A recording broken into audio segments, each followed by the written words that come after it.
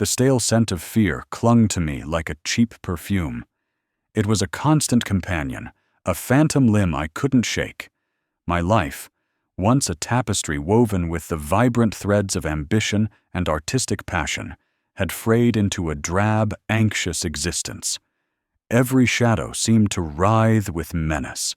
Every unexpected sound sent a jolt of adrenaline through my veins. This was the price of knowing too much, of stumbling upon secrets that powerful people wanted buried. He'd appeared like a guardian angel, or perhaps a very stoic, incredibly well-built demon. His name, he'd said, was Jax. Just Jax. No last name, no backstory, just a quiet intensity that radiated from his broad shoulders and the unnerving stillness in his slate-gray eyes. He was my shadow, my silent sentinel, a constant reassuring presence in the whirlwind of my paranoia. My father, the late, lamented Arthur Sterling, had been a titan of industry. Sterling Enterprises, a sprawling conglomerate that touched everything from pharmaceuticals to cutting-edge technology, was his legacy. And unfortunately, it was also the source of my current predicament. Arthur, in his final cryptic days, had entrusted me with a data drive, a fail-safe, he'd called it, urging me to keep it safe, to trust no one. He'd also, in a move that had seemed almost comical at the time, hired a private security detail. A single man, Jax, whose firm, he'd vaguely explained, specialized in discreet, high-level protection. Now, 6 months after my father's sudden, suspicious death, Jax was the only constant in my life. He was a man of few words. His communication primarily through subtle nods, strategic positioning, and the unwavering vigilance in his gaze. He was a fortress, an impenetrable wall between me and the unseen forces that stalked my every move. I remember the first time I truly saw him, not just as a hulking silhouette at the periphery of my vision, but as a distinct entity. It was a cold, rainy Tuesday. I'd been walking home from a sterile, soul-crushing meeting with my father's lawyers, the weight of his unfinished business pressing down on me.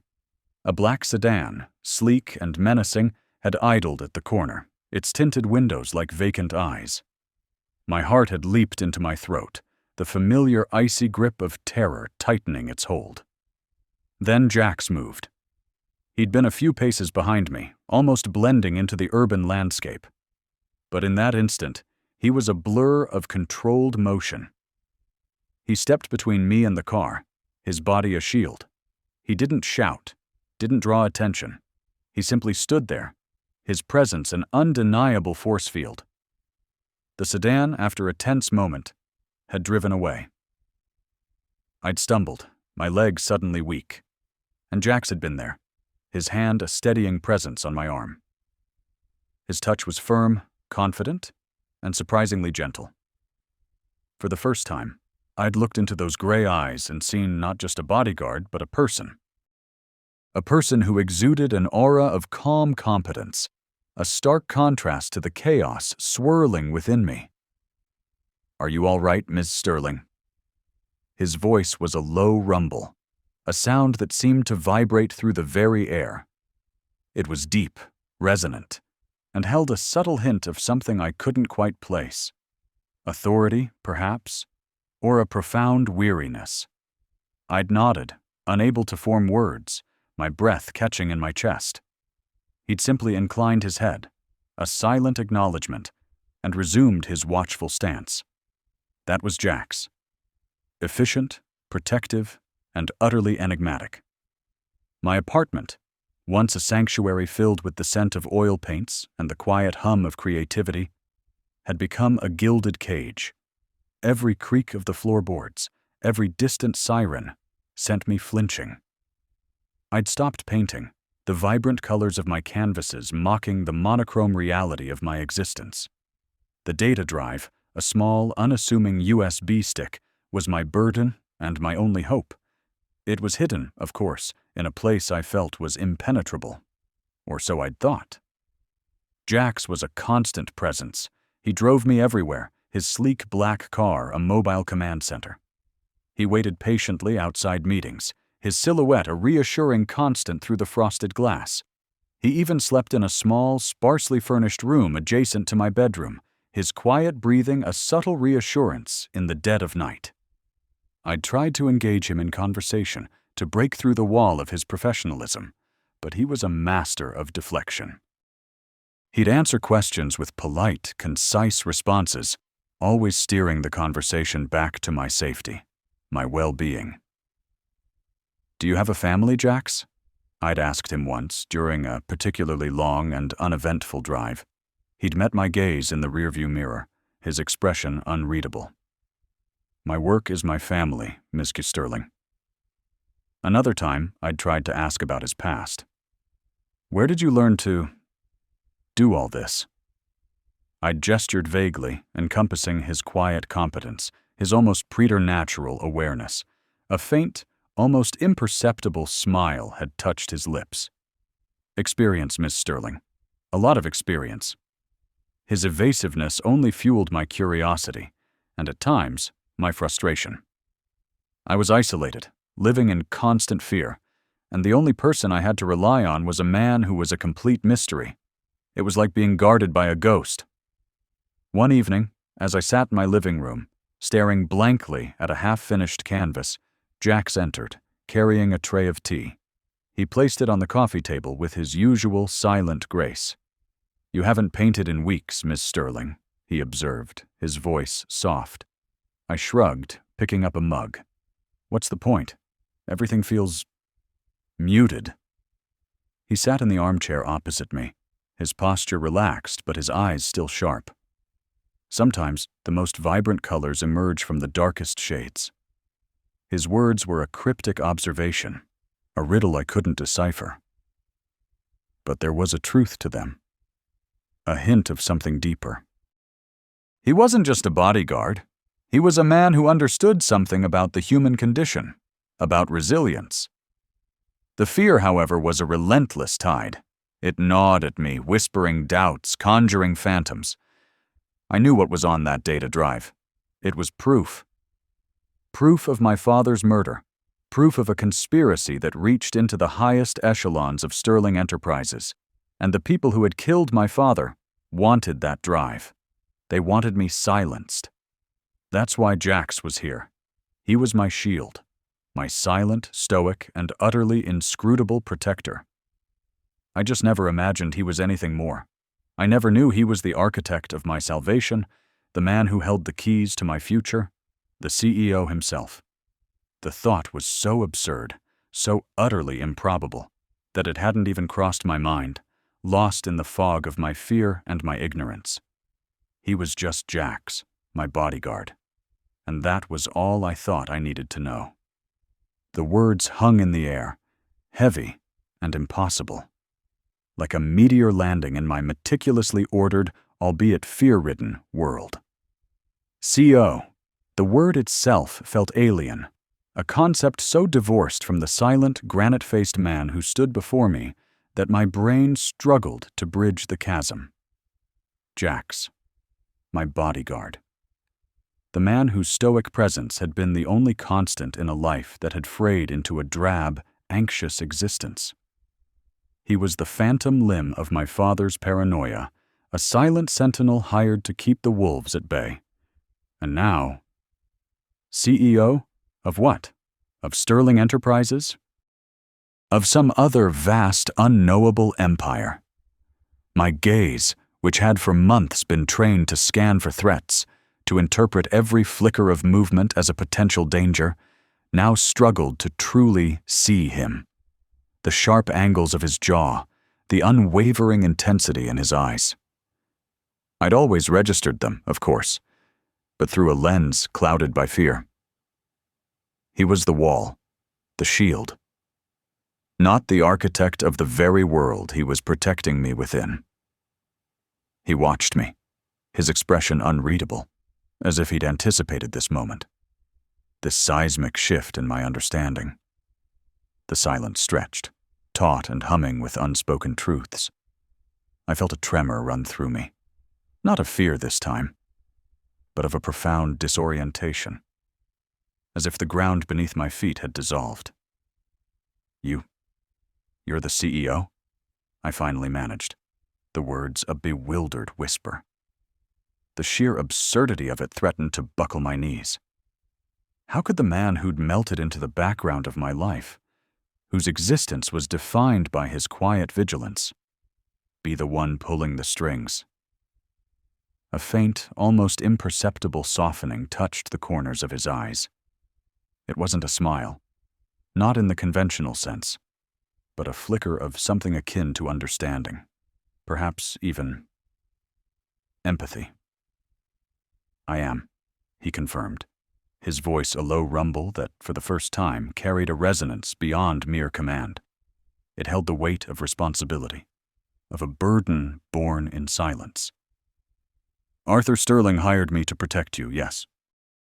But he also hired me to help you navigate what came next, and that meant being in a position to do so effectively. The pieces began to clatter into place, forming a picture I hadn't dared to imagine. My father, Arthur Sterling, a man of immense power and even greater secrecy, had not simply hired a bodyguard. He had orchestrated a deeper, more intricate plan.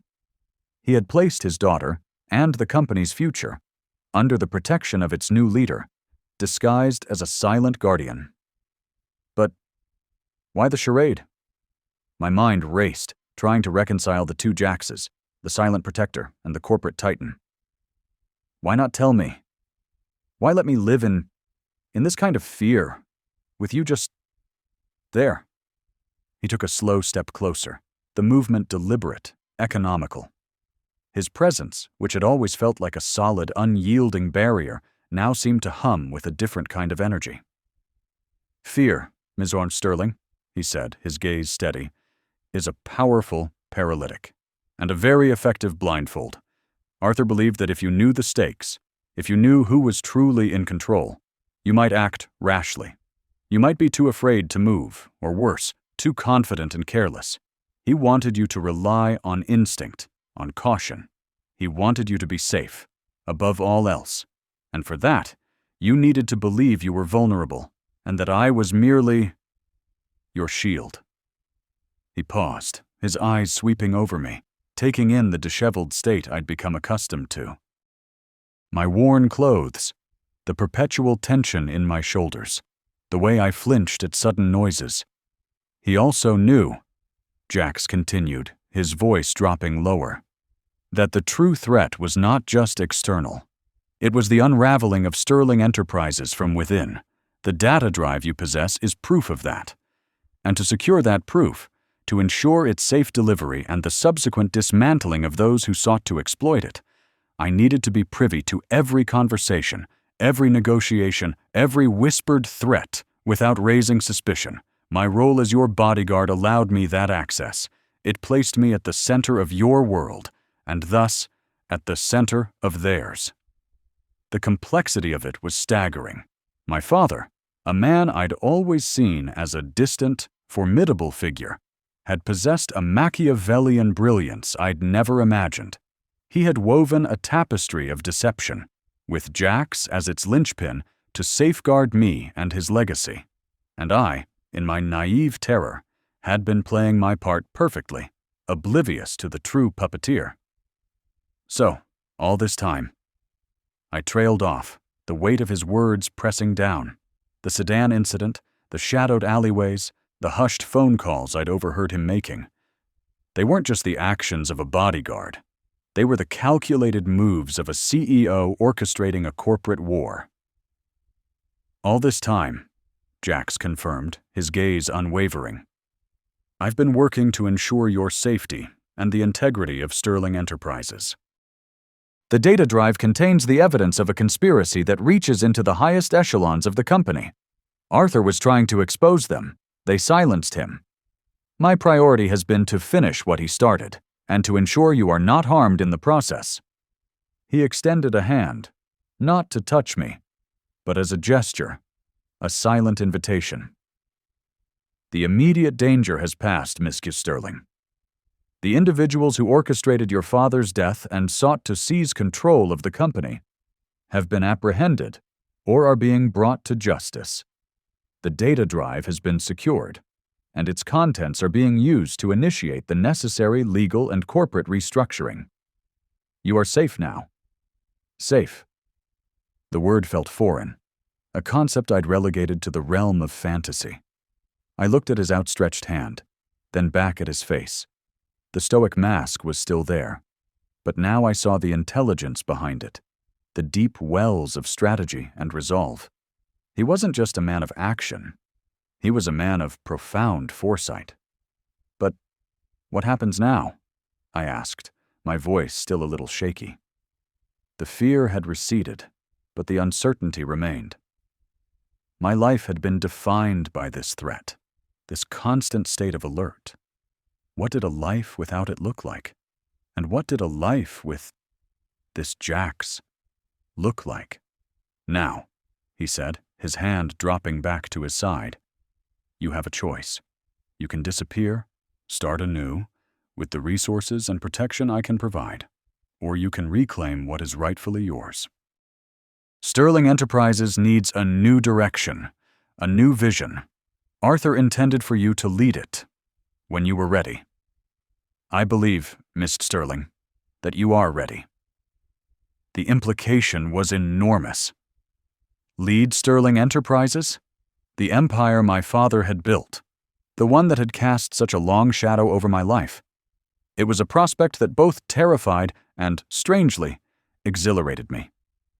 My father, the mastermind, had seen it. Jax, the CEO, was offering it. I don't know, I admitted, my voice barely audible. The thought of stepping into that arena, of facing the boardrooms and the public scrutiny, felt overwhelming. My world had been reduced to the four walls of my apartment, my interactions limited to Jax's silent presence and the occasional, fear-laced phone call. He nodded, as if he understood my hesitation. Take your time. The choice is entirely yours. But know this, Mrs. Sterling. Arthur Sterling did not hire me solely to be your protector. He hired me to be your guide, and I will continue to fulfill that role, whatever you decide. He turned, his movements fluid and purposeful, and walked towards the door.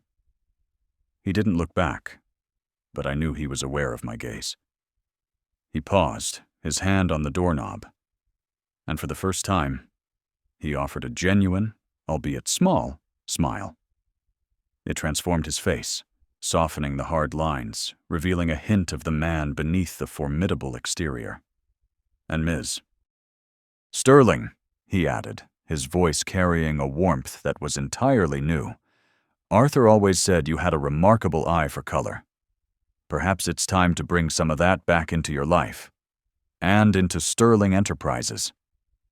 Then he was gone, leaving me alone in my apartment, the silence no longer laced with dread, but with a profound sense of wonder. Jax, the CEO. The revelation was still sinking in, a tidal wave of disbelief and dawning comprehension. My bodyguard. The man who had been my silent shadow, my unwavering shield, was also the architect of my safety, the guardian of my father's legacy, and now, the unexpected architect of my future. The world had shifted on its axis, and for the first time in a long time, I felt a flicker of something other than fear. It was the tentative, fragile beginning of hope, tinged with the vibrant, unknown colors of possibility. The silence that followed Jax's pronouncement was vast, a chasm opening between the life I had known and the one he was offering. My breath hitched, caught somewhere between my lungs and my throat, a physical manifestation of my disbelief. He was the CEO, not just a CEO, but the CEO of Sterling Enterprises, the monolithic company that had been my father's lifeblood and, by extension, the source of my current terror. It was a truth so colossal, so antithetical to the man who had silently shadowed my every move that my mind struggled to grasp it. My world, which had felt so small and suffocating, suddenly expanded to an almost unbearable degree. The gilded cage was still there, but the bars had shifted. They were no longer the prison of my fear, but the framework of an empire. And Jax, my stoic, preternaturally watchful bodyguard, was its king. I looked at him, truly looked at him, for the first time since the revelation. His face, usually a mask of impassive vigilance, held a subtle, almost imperceptible shift. It was the look of a man who had carried an immense burden, a weight he had borne with quiet resolve. The steel-gray eyes, which had always seemed to hold 1,000 unspoken warnings, now seemed to convey something else entirely. A weary resignation, perhaps, and a profound, almost paternal expectation. You orchestrated all of this? My voice was a raw whisper, barely audible. The question felt ludicrous even as I asked it. He had been my shadow, my silent guardian, the one constant in the storm of my own unraveling. And all the while, he had been the architect of my salvation, the one pulling the strings from the very heart of the beast. A faint nod. "Your father and I," he clarified, his voice a low rumble that still held the authority I had come to associate with protection, but now understood as command. "He entrusted me with your safety, and with the future of Sterling Enterprises. He believed you needed space, to be untouched by the mashabilities, the ugliness. He thought if you believed yourself vulnerable, you'd be more cautious, and he was right, in a way. You've been safe. More importantly, the drive is secure. The threats have been neutralized." Neutralized. The word hung in the air, a stark contrast to the gnawing fear that had been my constant companion for so long. The shadowy figures, the hushed threats, the palpable sense of danger, all of it, Jax had seen, understood, and systematically dismantled. He hadn't just been guarding me, he had been conducting a covert operation, using my perceived vulnerability as his cover. But why the charade? The question clawed its way out, laced with a residual confusion. Why not just tell me? Why the pretense of a bodyguard? Jax shifted his weight, a subtle movement that nonetheless commanded my attention. Your father's reasoning was complex. He believed the conspiracy ran deep, that there were eyes everywhere, even within Sterling Enterprises. To have the CEO, or someone clearly in a position of power, overtly protecting you might have raised suspicion, altered the dynamic. My role as a hired protector, an outsider, provided me with the necessary distance and access. It allowed me to observe, to gather intelligence, without compromising the investigation. And, as you said, it kept you focused on survival. It was the safest path, for both of us. He gestured vaguely towards the data drive, which sat innocuously on the polished mahogany desk between us. That drive holds proof. Proof of the corruption, of the individuals who betrayed your father. It was the linchpin. My objective was to retrieve it, secure it, and ensure you emerged from this unscathed. Now it's yours to decide what happens next. He was offering me a choice. The words, so simple, so profound, settled over me like a heavy cloak. Disappear with his protection, or reclaim my birthright. The latter felt like a phantom limb, an ache for something I hadn't realized I'd lost until it was presented as a possibility. My father's legacy. Sterling Enterprises. A world I had only glimpsed from afar. A world I had been too afraid to enter. You said Arthur intended for me to lead Sterling Enterprises? The thought was both terrifying and strangely exhilarating. My father, the Titan, had seen something in me, something beyond the fear, beyond the artist who had retreated from the world. He had seen a leader. He did, Jax confirmed, his gaze steady. He believed you possessed the intelligence, the integrity, and the artistic sensibility that Sterling Enterprises desperately needed. He saw the potential for innovation, for a fresh perspective. He wanted you to bring color back into a company that had become monochromatic, driven by profit, devoid of soul. He believed you could do that. And I, having observed you, I believe it too. My eyes flickered to the corner of the room, where a forgotten easel stood, draped in a dust sheet. My paints, my canvases, they felt like relics from another lifetime. A lifetime before the shadows had descended, before fear had painted my world in shades of gray. But I don't know anything about running a company, I confessed, the words tumbling out in a rush. I'm an artist. I don't understand the numbers, the mergers, the corporate jargon. Jax's lips curved into the faintest of smiles, a rare and startling sight. Knowledge can be acquired, Ms. Sterling. Your father understood that. He also knew that you wouldn't be alone. You would have me. The implication hung heavy in the air, a delicious, terrifying ambiguity. He wasn't just offering me a choice. He was offering me his partnership. The man who had been my silent protector, my shadow, was now presenting himself as my guide, my confidant, my ally.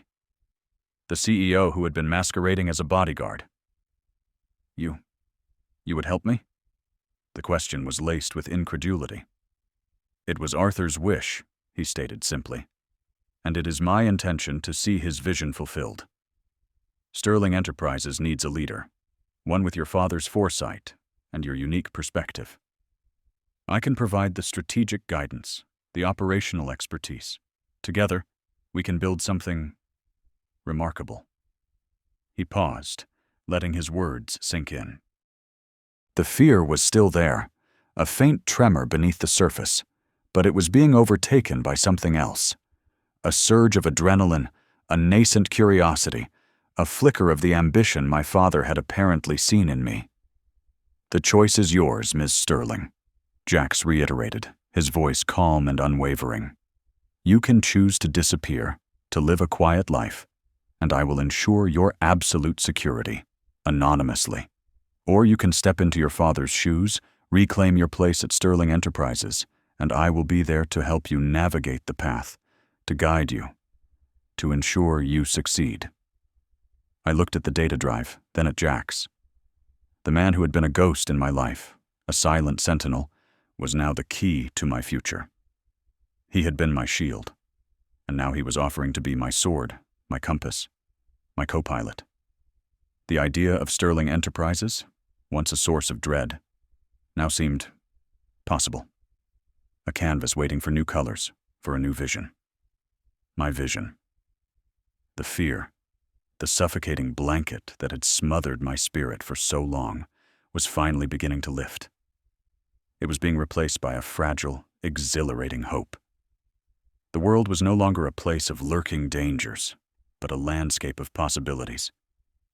And at the heart of it all was Jax, the enigmatic CEO, the silent guardian, the unexpected architect of my future. I need to think. I managed, my voice still a little shaky but stronger now. The words were a concession, a moment of grace. But the decision was already forming, coalescing like mist in the morning sun. Jax inclined his head, a gesture of respect that felt strangely formal, yet deeply reassuring. Take all the time you need. Your father would have wanted you to make this choice with a clear mind. But understand this, Ms. Sterling, the time for hiding is over. The future, whatever you choose, is waiting. He turned then, a subtle shift in his posture that signaled the end of our conversation, the end of this chapter. He was still the imposing figure, the man of quiet strength. But now I saw him differently. I saw the layers, the complexity, the immense power he wielded, not just as a bodyguard, but as a leader. And for the first time, I felt a genuine sense of anticipation, a yearning to step out of the shadows and into the light, whatever that light might reveal. The Sterling Enterprises I had feared was gone, The Sterling Enterprises Jax and I could build. That was a story I was beginning to want to write. The weight of his words settled in the quiet air of my father's office, a room I hadn't entered since the funeral. It felt like a mausoleum, preserved in time. Yet now, somehow, it was a launching pad. Jax, no longer the silent shadow I'd grown accustomed to, stood before me, his posture still commanding. But the aura of a hired hand had dissolved, replaced by an undeniable authority. He was the architect of my salvation, the man who had woven himself into the fabric of my fear, and emerged as the unexpected fulcrum of my future. Reclaim my birthright? The words felt foreign on my tongue, heavy with a legacy I'd only ever perceived as a burden. Sterling Enterprises, the conglomerate my father had built, a monolith of industry that had always seemed distant, abstract, and now, impossibly, a part of my own destiny. I looked around the room at the framed photographs of my father, his eyes sharp and commanding, even in stillness. He had known. He had orchestrated this, a posthumous play of deception and protection, all to ensure I would one day stand here, faced with this choice. "Your father believed in your vision, Miss Sterling," Jax said, his voice a low rumble that seemed to vibrate through the polished mahogany of his desk. He saw the stifled creativity, the vibrant threads of ambition and passion that the pressures of his legacy had begun to fray. He wanted you to bring that back. He wanted you to bring color. Color. The word resonated. It was a stark contrast to the monochrome existence I'd endured for so long, a life bleached of all but the starkest shades of fear and vigilance. My art, my true passion, had been relegated to dusty canvases, the vibrant hues of my imagination muted by the constant hum of paranoia. Now, Jax was offering me a palette, a chance to repaint my world, and by extension, the world of Sterling Enterprises. "But I don't know anything about running a company," I confessed, the insecurity a familiar ache. "My world has been small, contained. I paint, I observe, I hide." He met my gaze directly, and for the first time I saw not just the stoic protector, but a man who understood the complexities of the human spirit. His eyes, a deep, unreadable blue, held a quiet intensity that was both unnerving and strangely comforting. Observation is the first step to understanding, and hiding, in your case, was a necessary strategy. Your father understood that. He also understood that you possess a unique perspective. They were expecting a warrior, Ms. Sterling. They were not expecting an artist. An artist, the thought was both absurd and exhilarating. Could I, the woman who'd flinched at every shadow, who'd lived in the suffocating grip of fear, truly lead a titan of industry? It felt like asking a bird with clipped wings to soar through a hurricane. "The data drive," I said, my voice barely a whisper. "It's safe?" A flicker of something unreadable crossed his face, a subtle shift that spoke volumes. "It's secured. The individuals responsible for your father's death and the subsequent machinations have been apprehended. The information on the drive is being processed through the appropriate channels. Your father's legacy and the integrity of Sterling Enterprises are no longer under threat." He paused, letting the weight of his assurance sink in. "My primary directive is complete."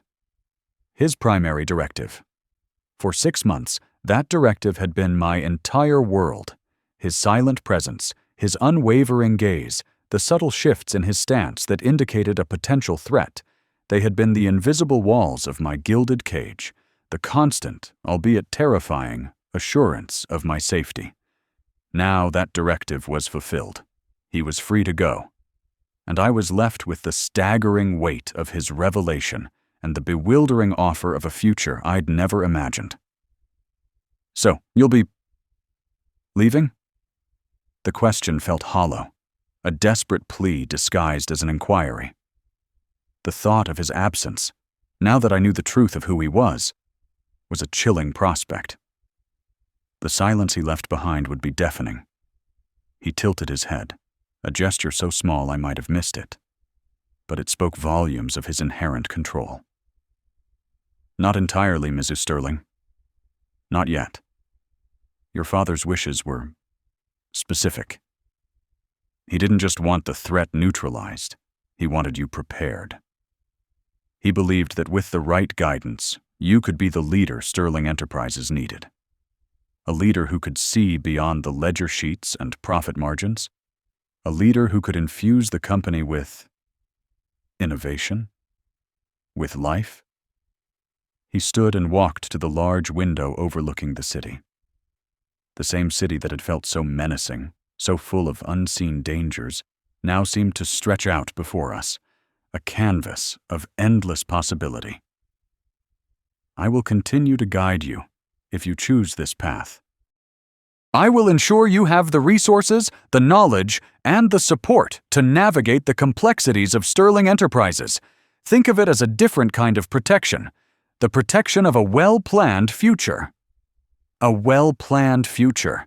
It sounded so organized, so unlike the chaotic, fear-driven existence I had been living.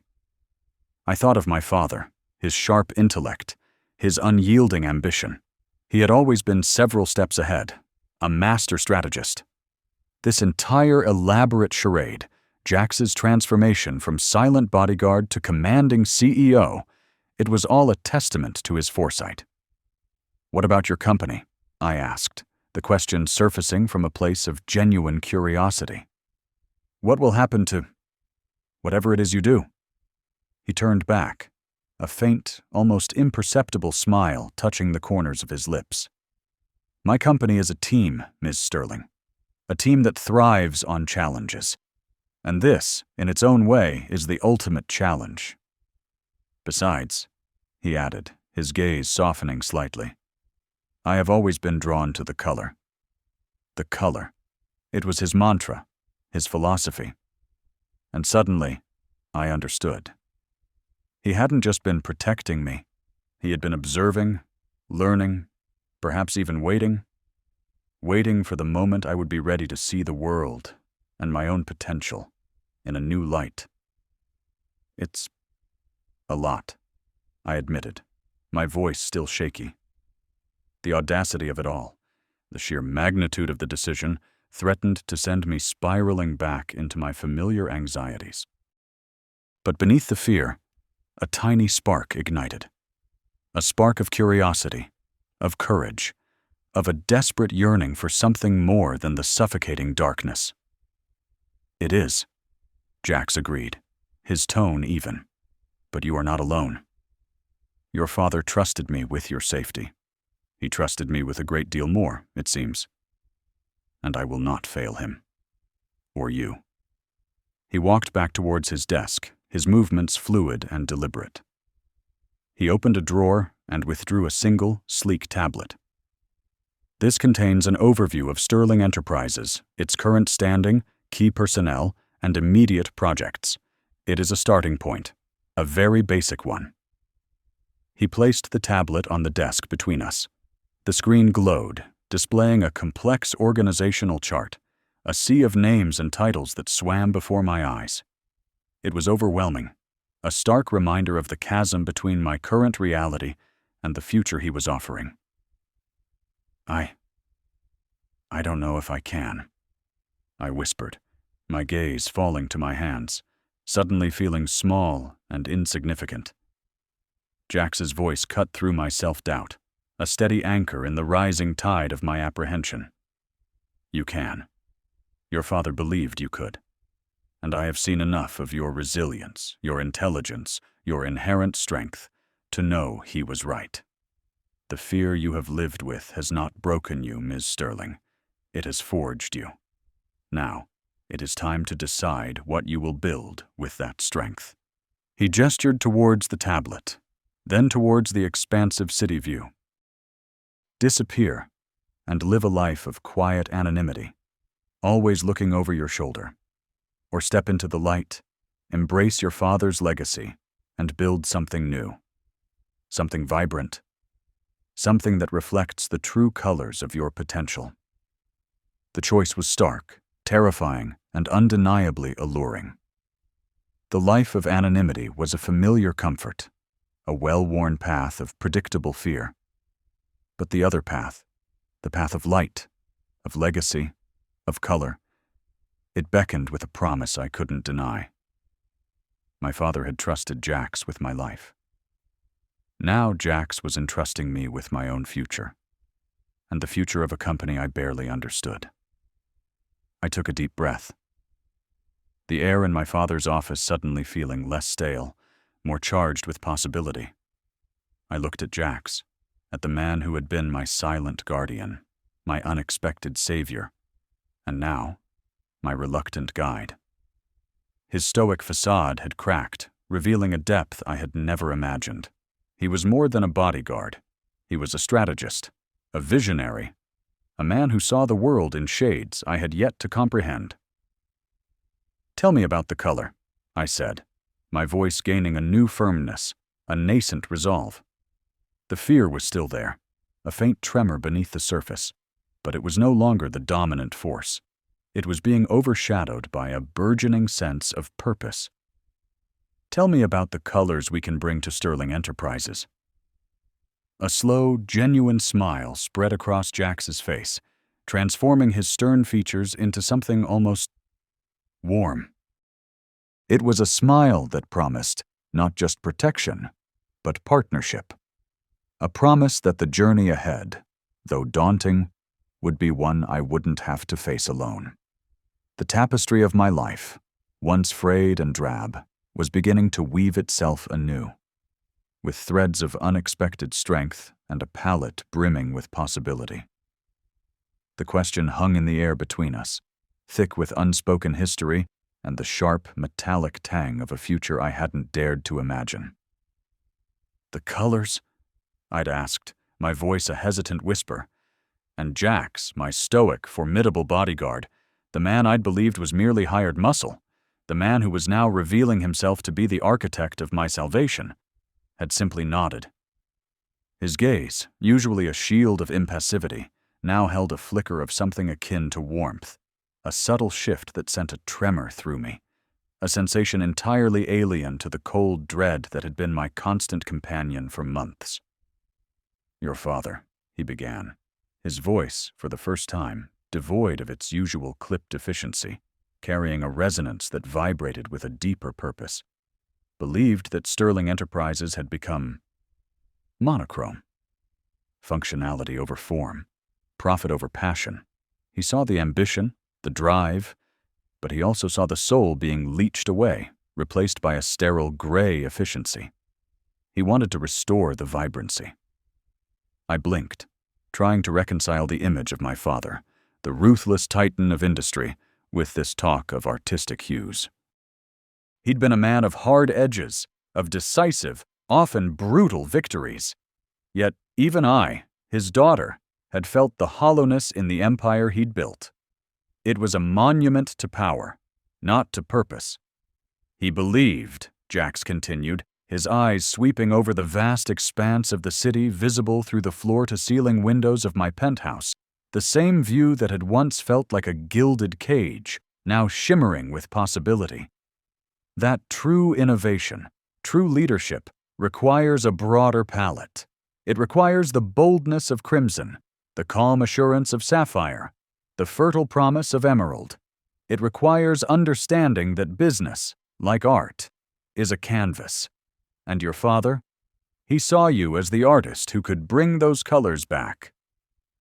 The weight of his words settled upon me, heavy, but not crushing. It was a different kind of weight, one of expectation, of potential. My father's faith in me, a faith I'd long since buried beneath layers of fear and self-doubt, was being unearthed by this man who had moved in the shadows of my life for so long. "And you," I ventured, my gaze locking with his, searching for any remaining trace of the impassive guardian. You were to be his brush, his palette knife? A ghost of a smile touched his lips, a fleeting, almost imperceptible curve that transformed his severe features. I was to ensure the canvas remained intact, and that the artist was free to create. He gestured around the opulent apartment, now bathed in the soft glow of the setting sun. This was your sanctuary, Mr. Sterling. Your father understood that true strength comes not from constant exposure, but from a safe space to regroup, to strategize, to imagine. He wanted you to feel the absence of his protection, to heighten your awareness, to force you to rely on your own instincts. He believed that only when you understood vulnerability could you truly command strength. It was a gamble, a monumental, terrifying gamble, and it had worked. The fear, the isolation, the constant vigilance had honed me, stripped away the complacency that wealth often breeds. I had learned to see the shadows, to listen to the whispers, to trust my gut.